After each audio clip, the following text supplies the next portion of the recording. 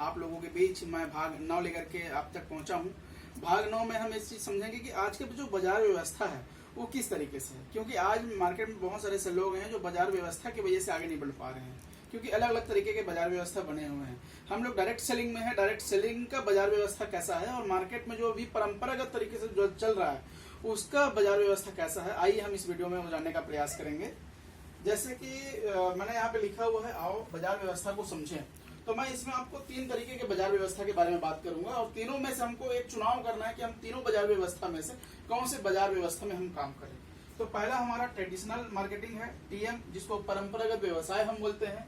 दूसरा हमारे पास में सिंगल लेवल मार्केटिंग है, इसको भी हम समझने का प्रयास करेंगे। और तीसरा है मल्टी लेवल मार्केटिंग। इन तीनों को हम समझने का बारी बारी से प्रयास करेंगे।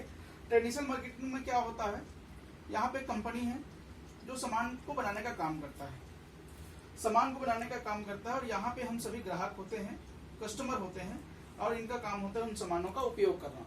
लेकिन कंपनी जब भी कोई सामान बनाता है तो ग्राहक तक नहीं आ पाता और ग्राहक सामान को लेने के लिए कंपनी नहीं जा पाता। तो यहाँ पे एक कड़ी बना हुआ है, उस कड़ी के माध्यम से हम उस सामान को लेने के लिए जाते हैं। जब भी ग्राहक को सामान की जरूरत पड़ती है, ये जाता है रिटेलर के पास सामान को लेने के लिए, यानी कि किराना दुकान में सामान लेने के लिए जाता है। इनको सामान की जरूरत होती है तो ये अपने से जो बड़े सेमी होलसेलर हैं उनके पास जाकर के सामान को लेता है। ये जाता है होलसेलर के पास में, ये जाता है डीलर के पास में, और डीलर और कंपनी के बीच में एक कड़ी बना हुआ है जिसको हम लोग सभी टीवी के माध्यम से, होर्डिंग के माध्यम से या पेपर के माध्यम से पता चलता है, विज्ञापन जिसका नाम है। विज्ञापन के माध्यम से हमको ये सामान पता चलता है। तो ये जो कंपनी है, यहाँ पे हम देखते हैं कंपनी अपना लागत और अपना इनकम निकाल करके सामान को, मैं यहाँ पे एक उदाहरण के लिए लेना चाहूंगा, ये 30%, 25%, 40% हो सकता है। मैं उदाहरण के लिए आपके बीच में 50% लेता हूँ। कंपनी कोई भी सामान बनाती है, उसमें लागत कॉस्ट लगता है, बहुत सारे उसके फैक्ट्री है, R&D सेंटर्स हैं, उन सभी, और अपना इनकम निकाल करके 50% में सामान को निकाला। तो ये क्या dealer, wholesaler, semi wholesaler, retailer से होते होते 50% का सामान 50% में ग्राहक को मिल पाएगा क्या? नहीं मिल पाता, क्योंकि यहाँ पर भी ये लोग सब अपना इनकम लेने के लिए बैठे हुए हैं। हम उदाहरण के लिए मानते हैं कि ये ग्राहक को 100% में सामान मिलता है, यानी कि अगर हम देखें तो 50% पैसा इस सिस्टम में एक्स्ट्रा लग रहा है ग्राहक का। तो ये जो 50% जो पैसा एक्स्ट्रा लग रहा है ग्राहक का, ये गाढ़ी मेहनत की कमाई है, पसीना बहा करके हम इस पैसे को कमाते हैं, अपने घर से बाहर जाकर के इस पैसे को कमाते हैं। और इस सिस्टम में 50% पैसा कहाँ जा रहा है चेक करने का अधिकार हमारा है। जब चेक करने हम चाहें तो पता चला 50% में से 20% जो पैसा है, 20% जो पैसा है, इन बिचौलियों के पास में जा रहा है। अब यहाँ पे इन लोगों के पास पैसा जा रहा है, स्वाभाविक है, क्योंकि ये सारे लोग पैसा लगाए हुए हैं, पैसा लगा करके पैसा कमा रहे हैं, कोई ऐतराज हमको यहाँ पे नहीं होना चाहिए। लेकिन बचत 30% पैसा ये कहाँ जाता है? ये 30% पैसा जाता है इस विज्ञापन में। और विज्ञापन में आप लोग देखे होंगे, ऐसे ऐसे लोगों को विज्ञापन के लिए बुलाया जाता है जिसको बच्चे से बच्चे बूढ़े भी जानते हैं। ऐसे ऐसे नामी गिनामी लोगों को बुलाया जाता है और बोला करते हैं कि मेरी बूस्ट खाइए, चौके छक्के लगाइए। आप कई बार देखे होंगे सचिन तेंदुलकर जी को कई बार 0 में आउट हुआ। तो यहाँ पर जब बूस्ट खाओ, चौके छक्के लगाओ जब बोला गया, तो जब 0 में आउट हुआ तो उस दिन वो बूस्ट नहीं खाया होगा। अगर खाया होगा तो बूस्ट में क्वालिटी नहीं होगी। यही तो बात, मतलब मेरे कहने का मतलब ये है कि विज्ञापन में 100% झूठ का सहारा लिया जाता है और उसमें 30% हमारी गाढ़ी मेहनत की कमाई चले जाता है। बिग बी अमिताभ बच्चन साहब जी आते हैं, च्यवनप्राश खाइए, हिस्ट पुस्ट रहिए, कई बार वो भी लीलावती अस्पताल में एडमिट हुआ। मेरे कहने का मतलब सिर्फ ये है, अगर वो च्यवनप्राश खाता है तो बीमार क्यों हो?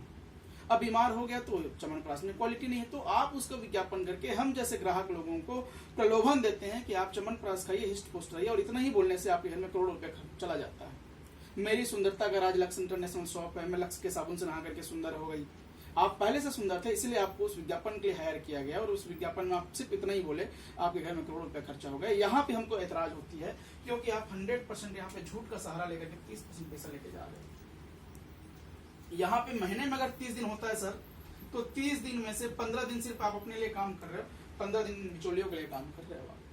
अगर आप महीने में 20,000 रुपये कमाते हैं, 20,000 महीना आप कमा रहे हैं, तो अब यहाँ पे 10,000 रुपये तो इन बिचौलियों के लिए दे रहे हो, 10,000 सिर्फ आप अपने लिए बचा रहे हो। अगर एक दिन में अगर आप 8 घंटा काम करते हो तो 4 घंटा तो आप इनके लिए काम कर रहे हो, 4 घंटा सिर्फ अपने लिए कर रहे हो। क्या इस सिस्टम में कभी हम अमीर बन सकते हैं? कभी हमारा पैसा बच सकता है क्या? नहीं बच सकता। तो ये है हमारा ट्रेडिशनल मार्केटिंग, जो हमारे दादा परदादाओं के समय से चलते आ रहा है, परंपरागत व्यवसाय।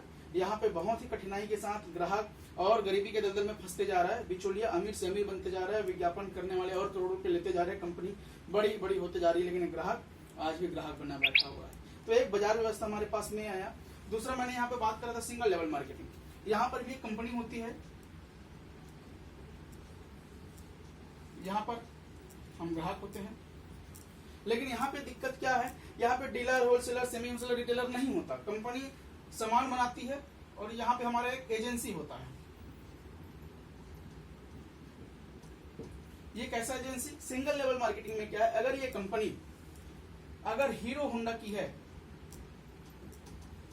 तो ये एजेंसी वाला सिर्फ हीरो होंडा ही बेच सकता है, ना कि बजाज की गाड़ी बेच सकता है, ना कि सुजुकी की गाड़ी बेच सकता है, ना कि यामाहा की गाड़ी बेच सकता है। अगर ये हीरो होंडा बनाती है तो सिर्फ और सिर्फ ये एजेंसी हीरो होंडा ही बेच सकती है। अगर ये बजाज बनाती है तो ये बजाज ही बेच सकता है। अगर ये टाटा है तो टाटा ही बेच सकता है। अगर ये बाटा है तो सिर्फ बाटा ही बेच सकता है।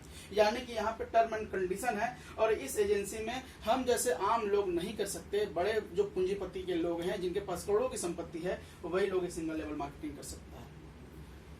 आगे हम जानने का प्रयास करते हैं मल्टी लेवल मार्केटिंग को।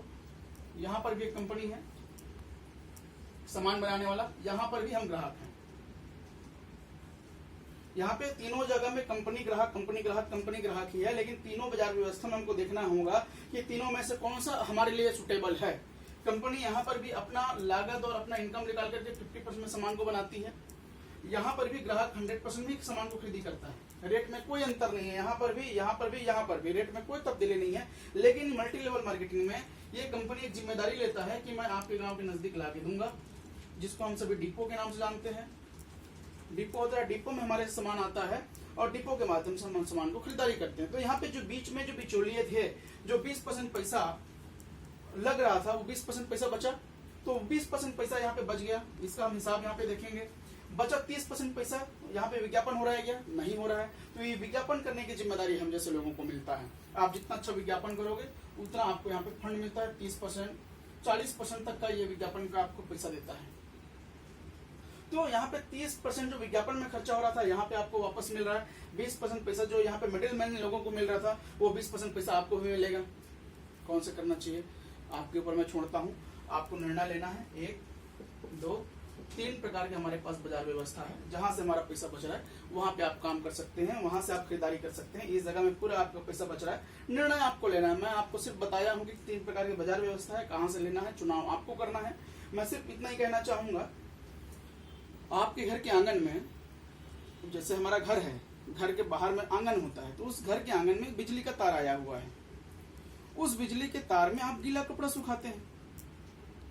आंगन आपका है, बिजली का तार भी आपका हो गया और आप उसमें गीला कपड़ा सुखाते हैं। मर्जी आपकी है कि वो बिजली का तार क्या गीला कपड़ा सुखाने के लिए, मर्जी आपकी है। यहाँ पर भी हम गीला कपड़ा ही सुखा रहे हैं, मर्जी आपकी है कि आज भी सुखाना है कि हमारे पास में नया एक सिस्टम आया उसमें हमको सुखाना है। मर्जी आपकी है, आप फैसला ले सकते हैं। इस तरीके से हमारे पास बाजार व्यवस्था को हम समझने का प्रयास किए। अब हम नेक्स्ट वीडियो में आपको हम लेके चलेंगे कि नेटवर्क मार्केटिंग एक्चुअल में होता क्या है। बहुत सारे लोगों को ये दिक्कतें होती है। बहुत ही लोगों से हम जब चर्चा करते हैं कि नेटवर्क मार्केटिंग में हमको काम करना है, तो अरे लोग घबरा जाते हैं। तो हम नेक्स्ट वीडियो में नेटवर्क मार्केटिंग क्या है हम जानने का एक प्रयास करेंगे। तब तक के लिए आप सभी से मैं विदा चाहता हूँ। धन्यवाद।